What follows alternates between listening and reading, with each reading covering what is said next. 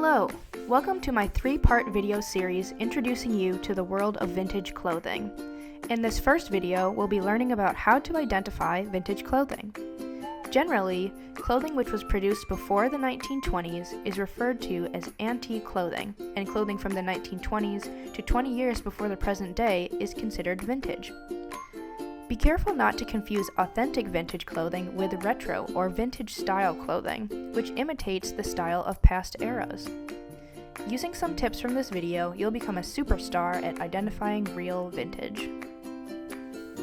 First, let's talk about where you can find vintage clothing.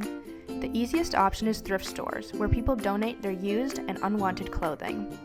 Other options are estate sales, tucked away clothing in older relatives' homes, don't forget to ask permission first, or garage sales. One indicator that an item is vintage is various features on the clothing tag. A good thing to keep an eye out for is union tags. These tags will say Union Made on them, and usually a garment workers union logo. The International Ladies Garment Workers Union was one of the largest clothing unions up until the 1970s. Before the 1980s, most clothing was made by organized factory workers in the United States. After the 80s, most production moved offshores. This is why we see tags that say Made in China or other places on our clothing today. Clothing tags that say Made in the US are usually a strong indicator that the item is older.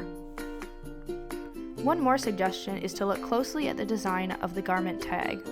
Font choice and colors can be indicative of clothing from certain eras, like fancy cursive lettering from 50s and 60s department stores or psychedelic print from the 1970s. Certain brands, like Levi's, have very distinctive tags. Becoming familiar with some of the more well-known brands and their merchandising is a good idea. A final note on identifying vintage clothing is going by style. It might seem simple enough to remember that hoop skirts were popular in the 50s and bell-bottoms in the 70s, but grabbing some fashion books to peruse popular styles of the day can be really helpful when dating clothes.